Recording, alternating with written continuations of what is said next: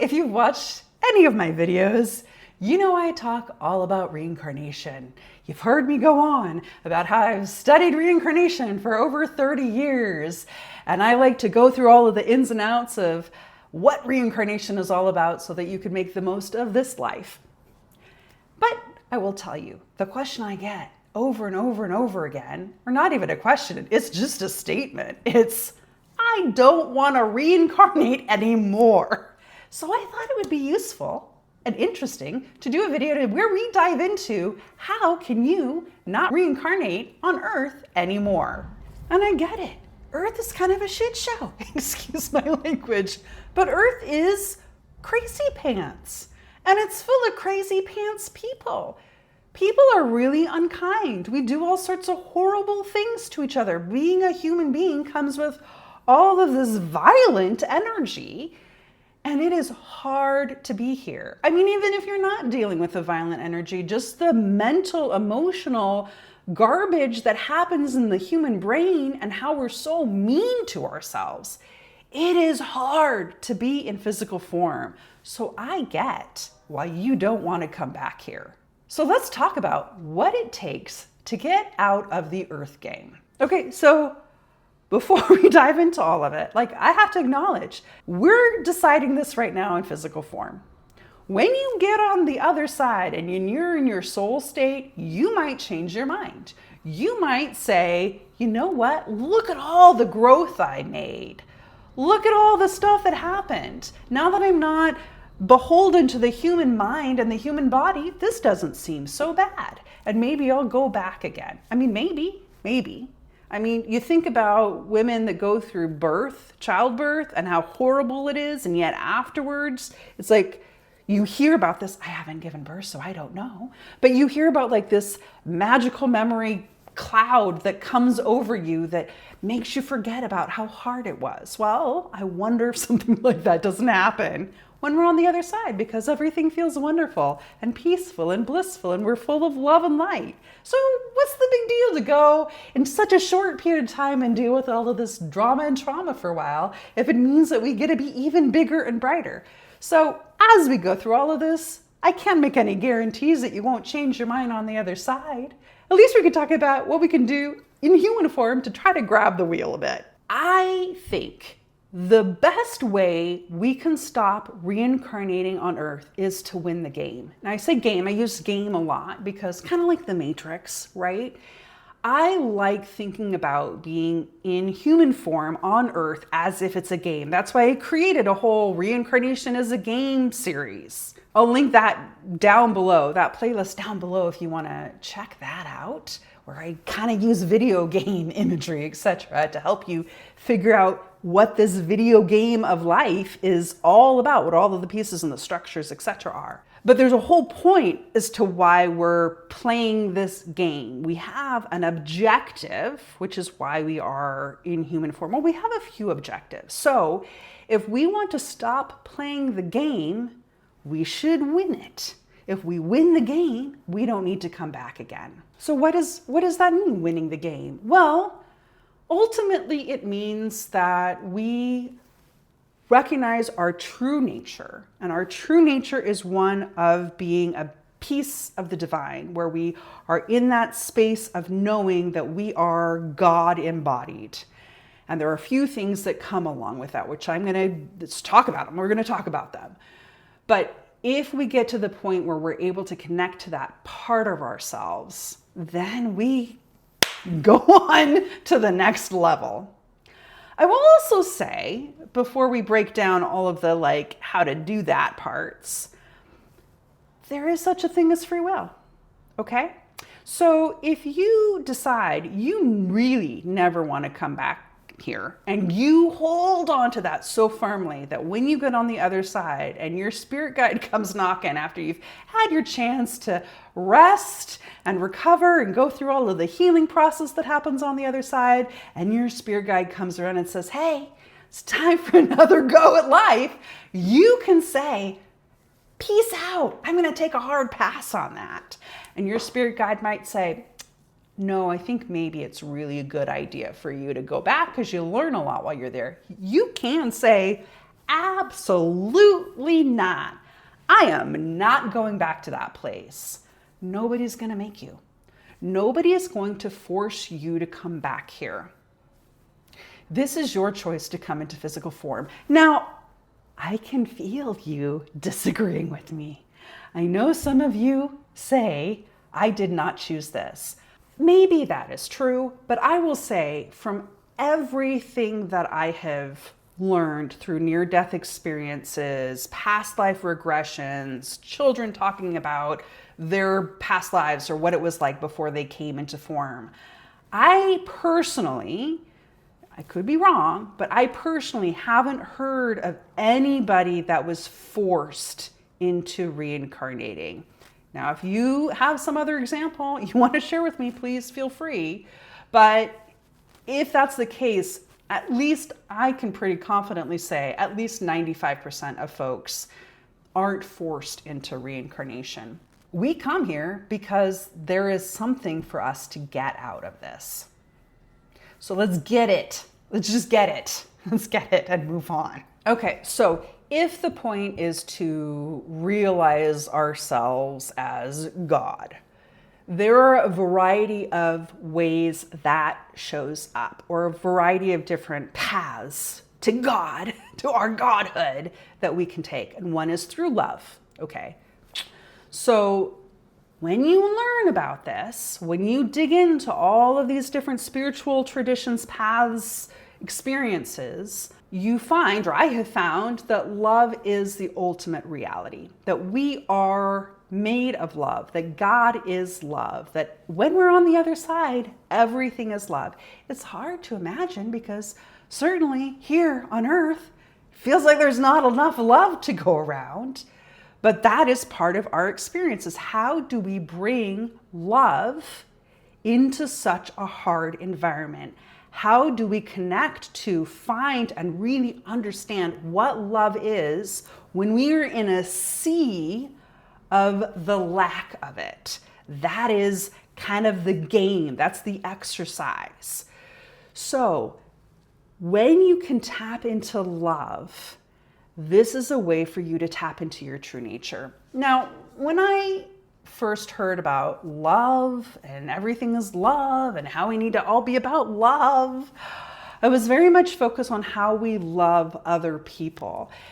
And there's a lot, I think, in the human form about what that looks like and how it needs to look like being of service or being Mother Teresa or being kind of performative, performing love. So you get into this place of like, oh, if I show that I love people, if I do all of these loving things, then I'm going to be a loving being. I'm going to be a loving person. And I don't think that's how it works. In all my experience, I don't think that's the direction it starts in. I think the direction it starts in is that we first need to love ourselves. It's that whole idea of when you pour into a cup and then it overflows and then you have love to give other people. You can't really be a being of love for everyone else if you aren't a being of love for yourself. Like what happens externally also happens internally, and what happens internally also happens externally. One of Jillian's favorite things to talk about. Trying to focus on loving yourself, which honestly is really hard, particularly if you're a green soul, a mature soul, or an older soul, but particularly those in the green soul. If you've taken my How Old Is Your Soul quiz, which you can find on my website, jillianharrington.com, you'll know what I'm talking about when I say a green soul. I have a video about it too. But it's that stage where we're trying to learn all about what it is to be in relationship with other people, because we're learning how to be in relationship with ourselves. We can be very negative and mean towards ourselves. This is the opportunity to really learn how we can deeply, fully love and accept ourselves. So I think that is one path to getting out of the reincarnation game, is to focus on how can I truly love myself and then pour that love out to everyone around me and see myself as a being of love. Okay, that's one way to get off this planet. The second way is to awaken. I think that's the ticket, that's the fast track ticket to the front of the line, is if you awaken. And that's talked about in all sorts of spiritual traditions. And we have a lot of current folks to look to as well. Eckhart Tolle is an example. Michael Singer is an example.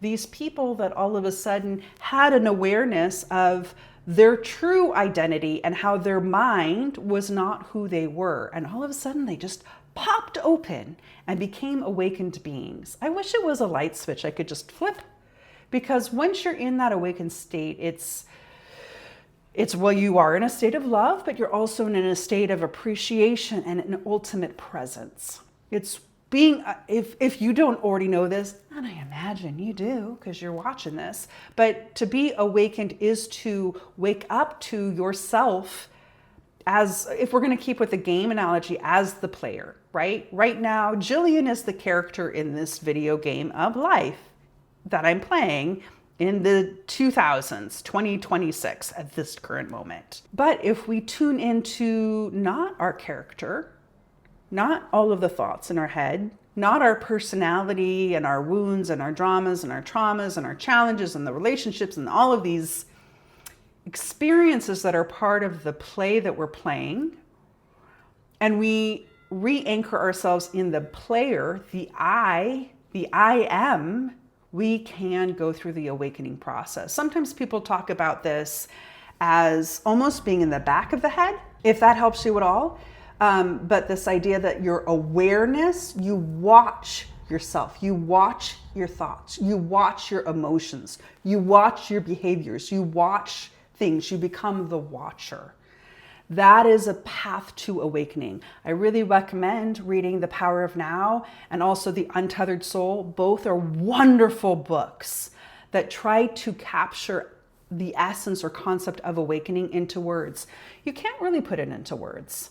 These concepts, these, like, just how would you describe love to somebody who had never experienced love before? It's very similar. These divine experiences are hard to put into inadequate human language. But I'll say I've had moments where I've been in the awakened state. I wish I was somebody who lived in the awakened state all the time. That's apparently not my destiny in this life form. But when I have poked my head into that realm, into that reality, it's this feeling of expansiveness. It's this feeling of peace and calm and acceptance and presence, and just everything is vibrant, everything is beautiful. You don't worry about the past or the future. They don't matter. They don't actually exist. Only thing that exists is the timeless now, is the present moment and the experience that we're having, and to be able to say, oh, okay, well, I'm having this experience and this is an opportunity for me. And you're just in this different state of awareness, and everything seems to be smoother and easier because you're not caught up in the human dramas. When you're in that state, you really crack the nut on the opportunity to be in human form, to break open into experiencing our divine nature. The third way I think that we can wrap up this human life game situation is in that angle of knowing ourselves as God, is knowing our power.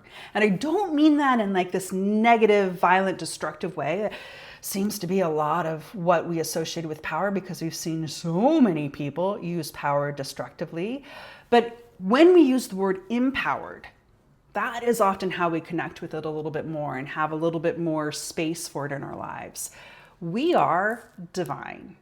As divine, we are immensely powerful. We can create our reality. It often seems like our reality is happening to us, but that is only because we're in the front seat and we're just letting autopilot happen. We're not holding on to the steering wheel and driving where we want to go. We're not being intentional about what we want our life to look like and happen. So therefore it happens by just happenstance. Or rather it happens because we are so focused, because it's our focus, our attention, our awareness, that watcher. When our awareness is focusing on something, we're pouring energy into it, and then we're creating more of it. So when we're focusing on all of the problems in our lives, we're creating more of them. One of my favorite illustrations of this. So my background is in HR. As an HR, I've got some stories. But one of those stories is there was a guy that I worked with that would always joke around about getting fired. And I was just like, why are you joking around about that? Don't manifest that. He was well liked. He was well respected. He was getting promotions. He would joke around about like, oh, I wonder what's in my file. And I even looked at him like, there's nothing in your file, dude, other than, typical like forms that you filled out. There's no reports that you're not getting fired. Well, he talked about it so much, he manifested it. He did something, which I won't go into, but he did a very clear fireable offense and got himself fired. So he was so focused on this idea of getting fired that he created it. So don't focus on getting fired. Don't focus on the bad things. It's hard. I know. It's so easy for our attention to go towards the things we don't want in our life. And so we make more of it. So that is part of, if you want to get off this rock, start paying attention to what you want to create. Start using your inherent power. Start being your powerful being and start creating the reality that you want. It is very malleable. All you need to do is start reading some manifestation books. One of my favorites, it's kind of a classic one, is Shakti Gawain. The Power of Visualization, I think is the name of it. It's like from the 60s or 70s. She just kind of wrote it and self-published it, and it really took off. It's a fun one where it has all these different manifestation exercises. You can go with that old pop hit, The Secret. There's a lot out there about manifestation, including more contemporary books, of course. But there are a lot of different ways and tools and techniques that you can hook into in order to start using that inherent power. But if you want to boil it down to a nutshell, it's all about where you put your attention. Putting your attention is like pouring water on a plant. What are you growing? Okay, so be intentional about what you want to grow and create, and then create yourself out of here. The next thing I want to talk about, as far as how we can realize our divine nature so that there isn't enough juice to get out of being in human form anymore, is to realize how interconnected we are. It's really something most of us are not very good at. Maybe you are. I'm still working on it. But that idea that we are all one, it's hard for us to understand that because we're so meshed in our physical bodies. We have this experience of separateness. I am separate than you because here's my hand and there's a screen and you're looking at me on a screen and you're in a whole different part of the world. So we're totally separate beings. And yet the spiritual truth is that we're not. I think the analogy that really works for me a lot is to think about that we're all part of the ocean, right? The ocean is this body of water, of this body of spirit that we all are. And that the waves that come out of the water, they can look like individuated things. I'm a wave over here and you're a wave over here. We can look, oh, these are different waves. You're over there, I'm over here. But we come back to the ocean. We're all made of the same substance, the same material, and we're only temporarily having an individuated experience. And eventually we're going to come back together again. Isn't that great? You are me and I am you. Okay, if we can figure out to know that in our bones and in our body and to see that as a truth, a real truth, then being in a physical body doesn't have much point to it if we don't see ourselves as separate anymore. How to do this? This isn't one I have cracked other than when I did ayahuasca in Peru. I did a whole video about what that experience was like. the big realization I came to a few of them, but the big one was that I was everything. I had this experience that I became all these different things. I eventually became a mountain. And I just had this feeling that everything was me and that I was everything. So for me, if I am working on trying to connect to that feeling that we are all one, I can go back to that feeling. This is not my last incarnation. I still have a lot of work to do, and I am personally okay with coming back. I'm very focused on trying to get as much work done as I can in this lifetime so that my next lifetimes can be a lot easier. That's what I'm doing with this Earth game. But yeah, if I was really focused on not coming back again, I would really be working on how I can see myself as part of the whole of humanity. It can be hard when you look and see such ugly things happening in the world to see that that is you. So if you want to play with that, okay. If you want to just work on the others, you can. I think that awakening one will also probably get you here a little bit sooner so that you don't have to focus on this one if this isn't the easiest in for you, but that's an option. And the final thing about how we can experience ourselves as God and stop reincarnating over and over again is through acceptance,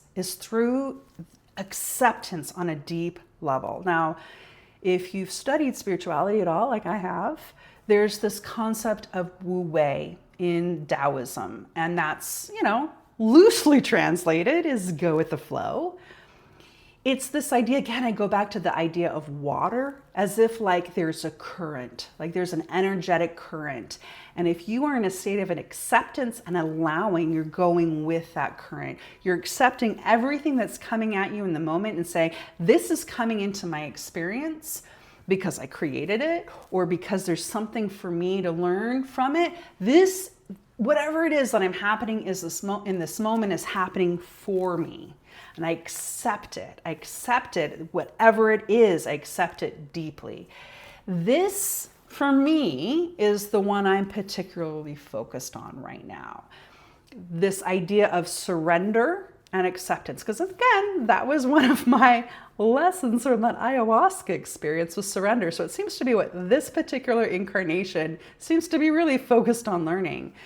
But I am working right now on this going with the flow vibe, on trying to feel what it is that I need to be working on right now and not putting resistance into things, but just allowing. There is a wonderful book I recommend called The Surrender Experiment. It is by Michael Singer, who I mentioned earlier, who wrote The Untethered Soul. The Surrender Experiment is Michael Singer's life story, at least up until the point he wrote it. And when he was young, he talks about his awakening process and about how, he became aware of the voice in his head. And then he decided that he was going to surrender to whatever the universe brought to him and go with it. And it led him on quite a path. He started doing all these things he wouldn't have done if he had wanted to do them, but he was like, okay, well, this is what I'm doing. So he ended up starting a construction business. He ended up getting into computer programming and starting this, probably Fortune 500 company. I don't know, a publicly traded company at the very least, that eventually turned into WebMD. Was when you look at all the iterations of how things went, and ran a corporation from an awakened state. So his is really interesting to learn about how to be awakened and present and spiritual in the corporate environment. But he surrenders to what life brings him, and it takes him on a journey and ends up blossoming for him. So that is another way that we can win at this game of life, is by accepting it, by getting into that state of acceptance and going with it. Okay, I tried to do a high-level overview of the different areas. I did do a video, which you can watch here, about the 4 things that I was figuring out that we were learning. It's a lot about what I talked about here, but I go into more depth and detail about it. It's from about a year ago, I think, so you're gonna see a different background, but I'll see you over there.